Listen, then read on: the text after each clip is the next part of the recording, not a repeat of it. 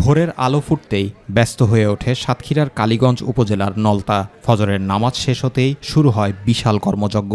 লক্ষ্য একটাই, প্রতিদিন ৬,০০০ মানুষের জন্য ইফতার প্রস্তুত।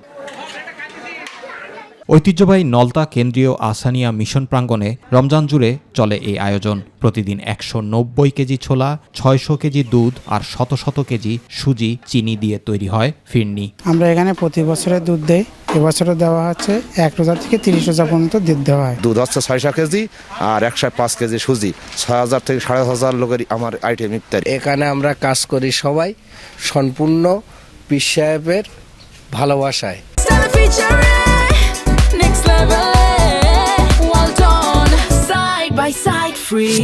১৮০ কেজি আলু আর ১৫৪ কেজি ময়দা দিয়ে তৈরি হয় হাজার হাজার সিঙ্গারা। ৫০ জন বাবুর্চি আর ২৫০ থেকে ৩০০ স্বেচ্ছাসেবকের অক্লান্ত পরিশ্রমে সম্পন্ন হয় পুরো আয়োজন। ৪৬ বছর আমরা এই সিঙ্গারার নিত্য রয়েছি।